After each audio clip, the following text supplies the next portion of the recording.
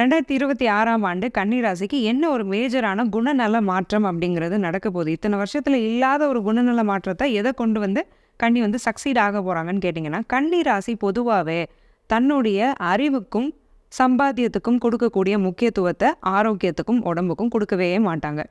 நிறைய சாப்பிடணும், ஹெல்த்தியாக சாப்பிடணும்னு ஆசை இருக்கும். உடம்ப பார்த்துக்கணும்னு ஆசை இருக்கும். எக்ஸசைஸ் பண்ணணும்னு ஆசை இருக்கும். பட் அதுக்கெல்லாம் நேரம் இல்லாமல் ஓடிட்டு இருக்கக்கூடிய நபர்கள் தான் கன்னி ராசிக்காரங்க. ஏன்னா ஒர்க்குக்கு வந்து அதிகமான முக்கியத்துவம் கொடுப்பாங்க. இவங்க ஒர்க்கை மட்டும் இவங்க பார்க்குறதில்ல. பக்கத்து டேபிளோட ஒர்க்கையும் சேர்த்து இவங்க பார்க்குறதுனால இவங்களுக்கு வந்து ஹெல்த்துக்கு வந்து டைம் ஸ்பெண்ட் பண்ண நேரமே இருக்காது. மார்க்கெட் போவாங்க, ஃப்ரூட்ஸ் எல்லாம் வாங்கி வைப்பாங்க. இந்த வாரத்துலேருந்து நம்ம நல்லா சாப்பிட ஆரம்பிக்கணும்னு. அந்த ஃப்ரூட்ஸ் அப்படியே வச்ச இடத்துல இருக்குமே தவிர இவங்க அதை சாப்பிடவே மாட்டாங்க. அந்த மாதிரி நிறைய காய்கறிகள், பழங்கள்னு ஹெல்த்தியான ப்ராடக்ட்ஸை நிறைய வேஸ்ட் பண்ணிட்டு இருந்திருப்பாங்க. இந்த தடவை அதை எப்படியோ ஒரு ஸ்ட்ரிக்ட் டிசிப்ளின்குள்ளே கொண்டு வந்து ஹெல்தி ஈட்டிங் ஹேபிட், ஹெல்தி ஒரு டிசிப்ளின்டு லைஃப் ஸ்டைல் அப்படிங்கிறதுக்குள்ளே போகக்கூடிய ஒரு வருடமாக தான் இந்த வருடம் கன்னிக்கு நிகழப்போகுது. செல்ஃப் டிசிப்ளின் அப்படிங்கிறத கன்னி வந்து கொண்டு வர போகிறாங்க.